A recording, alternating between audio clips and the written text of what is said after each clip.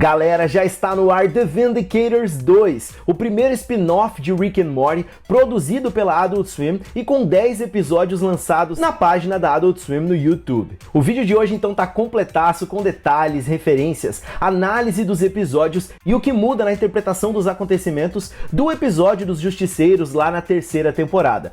Cola comigo para conferir tudo isso depois da vinheta, vamos lá!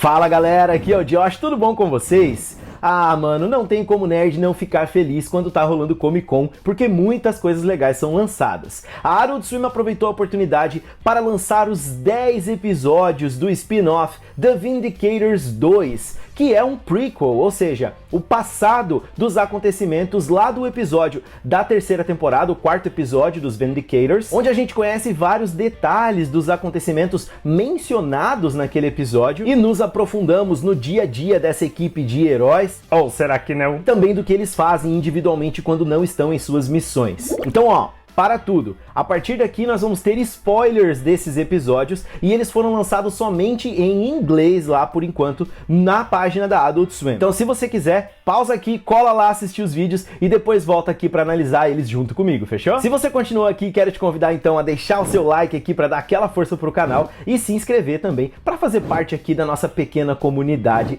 e também ativar o sininho para ser avisado sempre de novos vídeos e teorias, tá bom? Pois é, mano, eu vou te dizer que eu fiquei surpreso porque apesar de eu saber que seriam episódios curtos, né, a autora já tinha falado em algumas entrevistas, eu não imaginava que seria tão curto. Os episódios têm duração entre 2 e 3 minutos no máximo, mas mano, muita coisa acontece e os caras capricharam demais na animação, na trilha sonora e nos roteiros que, cara, eu vou te dizer que eu nem sabia que eu queria assistir isso. Mas a gente vai conversando melhor sobre esses detalhes no decorrer do vídeo. Vem comigo agora analisar então episódio por episódio.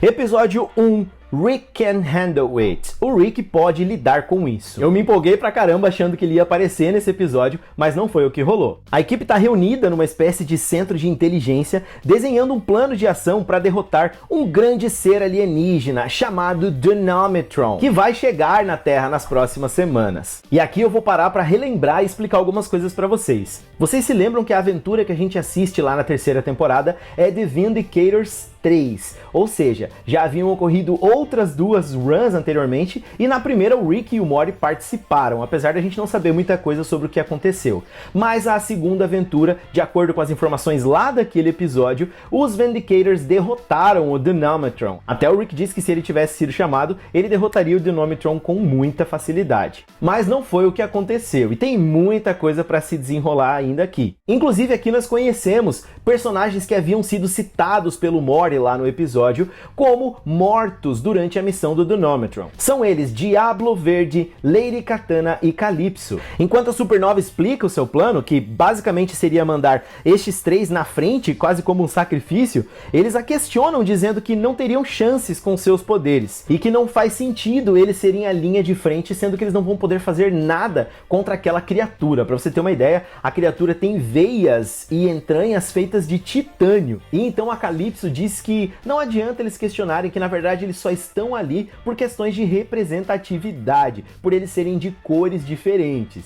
O bagulho fica pesado. Nessa conversa, a Supernova revela que está grávida para todo mundo e a gente sabe que a gravidez dela não é do marido dela na atual situação, que é o Alan, mas sim do Formiga aos Milhões. E a gente lembra o fim disso tudo, né? Depois disso, o Alan diz que como isso é uma ameaça à Terra, eles deveriam deixar o Rick lidar com isso. Todos concordam, menos a Supernova, que fica contrariada, dizendo que a Terra é o local onde eles se reuniram como uma equipe de heróis pela primeira vez, fazendo menção àquele verão daquela primeira aventura que a gente sabe o que aconteceu, mas não tem nenhuma informação sobre. No fim, a androide Lady Katana diz que não existe somente a Terra que precisa de heróis, e o Crocobot calcula que há mais de 4.000 planetas que estão com problemas nesse momento. E assim, eles partem com o Noob Noob gritando missões secundárias, ou seja, eles deixam pro Rick resolver o problema do Denometron na Terra. É, cara, e aí a gente começa a perceber que a história é um pouco diferente daquelas informações que a gente teve no episódio na série. E a partir do segundo episódio, então, nós temos histórias focadas no dia a dia individual de cada um desses heróis. O segundo episódio se chama Pro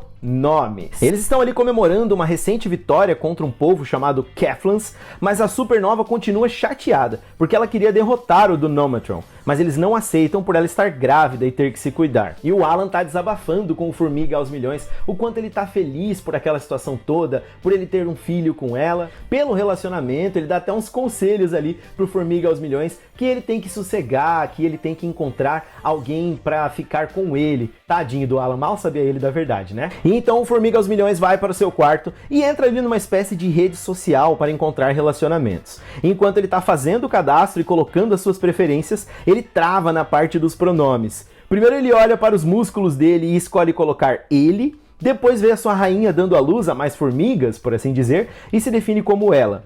E aí então ele vê várias formigas que formam o seu corpo e define então como eles. Mas aí, várias subdivisões começam a surgir e ele surta e fecha o computador, dando um suspiro de crise existencial e encerrando o episódio.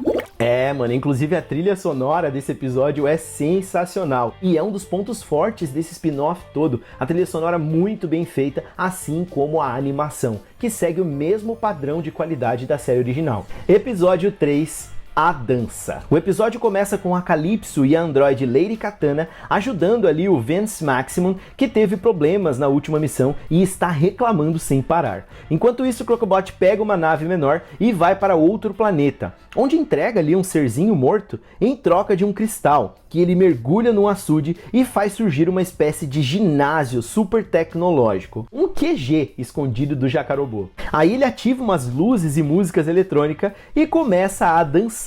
É isso mesmo. Aos gritos e movimentos, nós vemos o Crocobot claramente ferido e estressado pela última batalha, extravasando a sua dor na dança, até bater na parede ali e cair no chão com a respiração ofegante. E dá pra ver realmente o quanto ele tá afetado por aquilo tudo. Então aparentemente ele não é tão frio e calculista assim como imaginado pelo Rick lá no episódio da série original. Episódio 4, sem gasolina. Como o próprio nome do episódio diz, eles ficam sem combustível na nave porque o Formiga aos Milhões não quis abastecer porque ficou pensando na quantidade de seres que foram destruídos só para queimarem como combustível no futuro. Percebemos que esse personagem gosta de refletir bastante, né? E o Alan tem a brilhante ideia de summonar o trem dele para que assim eles possam empurrar a nave ou resolver de alguma maneira. Mas ninguém dá moral para ele e o Formiga aos Milhões ainda faz uma provocação ali em relação à Supernova, que resolve dar uma chance ao trem do Alan para não deixar uma disputa entre os dois levar até a verdade que ela esconde. Enfim, vemos um pouco como funciona, como ele summona ali aquele trem, a mente dele vai para uma realidade onde aquele trem vaga sem parar e ele domina quase como um cavalo brabo. Assim ele sopra o apito, mas dá errado, né, mano? Porque o trem, na verdade, destrói, abre um buraco na nave e acaba sugando eles pra fora, encerrando assim o episódio. E aí chegamos, mano, no episódio 5, Primeiro Amor, o episódio do Noob Noob.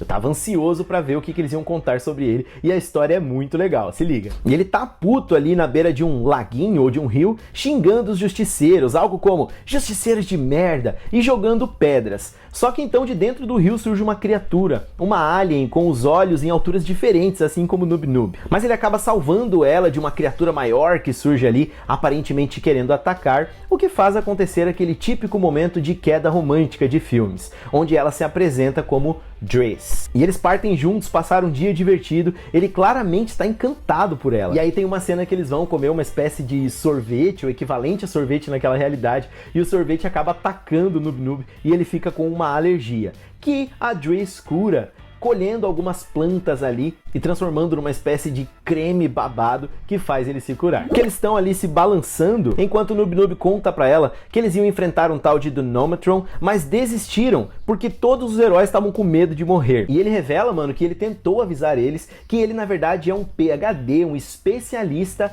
em reorganização de DNA. Olha só, mano. E ele disse que tentou avisar eles que com apenas alguns galões de proteínas e RNA, ele poderia ressequenciar o DNA da criatura gigantesca sem dificuldades, mas que logicamente eles não ouviram. E aí vem o plot twist, mano, porque ele elogia ela depois de revelar tudo isso, dizendo que ela é uma ótima ouvinte, ao que ela responde dizendo que o professor dela ensinou ela na escola a ser assim, a ficar quieta enquanto as pessoas estão falando, assim se tornariam melhores ouvintes. Então o Noob Noob percebe que ela é novinha, cara. Ele pergunta a idade dela E ela não consegue dizer ali no idioma, ele não entende a idade que ela tem, mas ele percebe, mano, que ela é praticamente um bebê ou uma criança bem nova daquela raça. E ele havia se apaixonado por ela. Então ele se despede e sai dizendo seu bordão, né? God damn!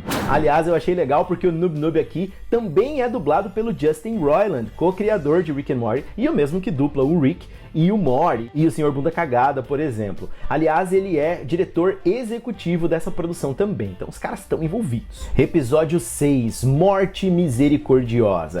Aqui a parada começa a pesar de vez, galera. Vemos a Supernova e o Vance Maximum causando um genocídio em um planeta, matando mais de 12 mil seres de uma espécie que, de acordo com o diagnóstico deles, estava invadindo aquele planeta e tentando tomá-lo de seus nativos indígenas.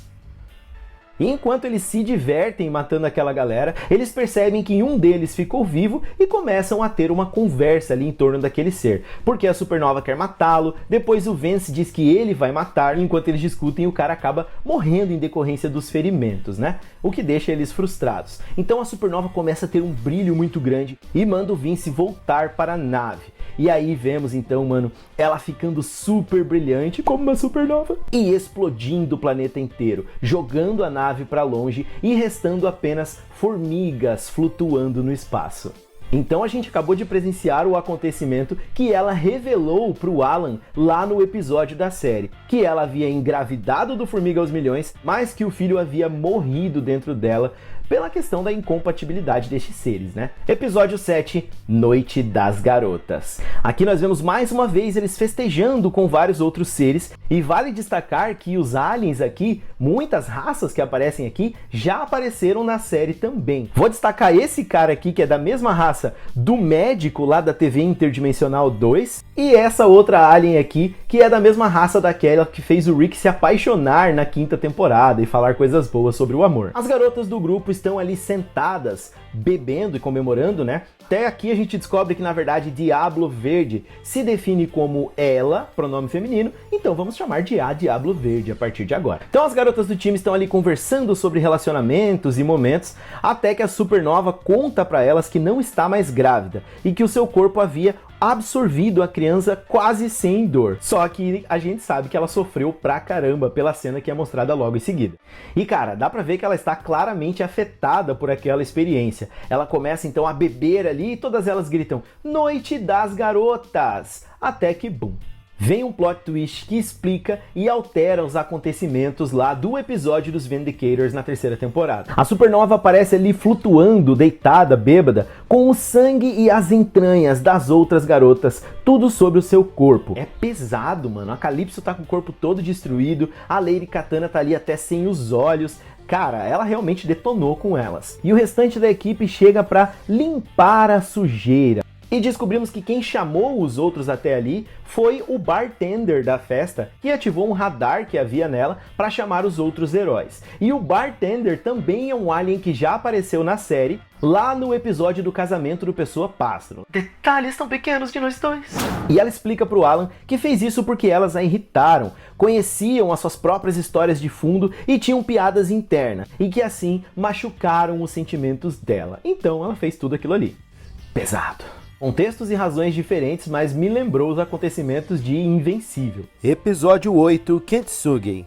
Esse talvez seja o episódio mais tocante e logo o background mais dramático dentre os heróis ali dos Vindicators. O Alan está ali num bosque bebendo vinho e colando as peças de um vaso de cerâmica quebrado, para logo depois colocar no chão e summonar o trem fantasma e o mesmo destruir o vaso quebrado. Daí então, entre suspiros tristes e uma óbvia bagagem emocional pesada, ele junta os cacos e recomeça todo o processo. A simbologia dessa cena por si só já representa muitas coisas aí que a gente pode ver que o background, que o passado do Alan tem cicatrizes pesadas, difíceis de lidar. Afinal, a gente sabe que ele perdeu os pais num trágico acidente com esse trem fantasma de outra realidade. Mas essa prática que ele está fazendo ali com as cerâmicas, na verdade representa exatamente o que diz o nome do episódio, Kintsugi. Não sei se eu tô pronunciando certo. Eu fui atrás de pesquisar o que significava e encontrei um artigo muito legal explicando tudo sobre essa prática e que eu vou deixar o link também para vocês conferirem a matéria completa aqui na descrição.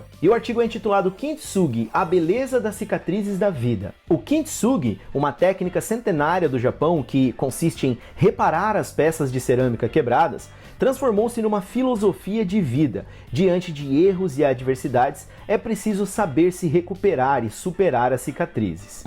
Dito isso, a parada fica muito mais dark e melancólica, né? Me lembrou até os momentos mais melancólicos do próprio Rick lá na série, como por exemplo o final do episódio da Beth Clone. E mais uma vez quero exaltar a trilha sonora e a animação que ficaram completamente sensacionais nesse que pra mim foi um dos melhores episódios. Episódio 9, Trenzinhos. Esse episódio é muito importante porque aqui a gente entende como que a história chegou até aquela versão contada por eles para o Rick e o Morty lá no episódio da série original. O episódio começa com o Dunomatron finalmente se aproximando da Terra, mas vemos que um satélite de defesa, que na verdade era uma arma, detona facilmente o grande vilão, e aí vemos a Supernova comemorando o que aconteceu, contando ao Alan que o Rick havia salvo a Terra, mas que a melhor notícia, sim, a melhor notícia não era que a Terra havia sido salva. É que ele mesmo não fazia ideia que tinha salvo todo mundo. Porque, segundo ela, aquela era uma armadilha arme-a e esqueça que o Rick tinha colocado para proteger a Terra desses tipos de ameaças cósmicas. Ou seja, ele nem ficava sabendo quando a armadilha era ativada.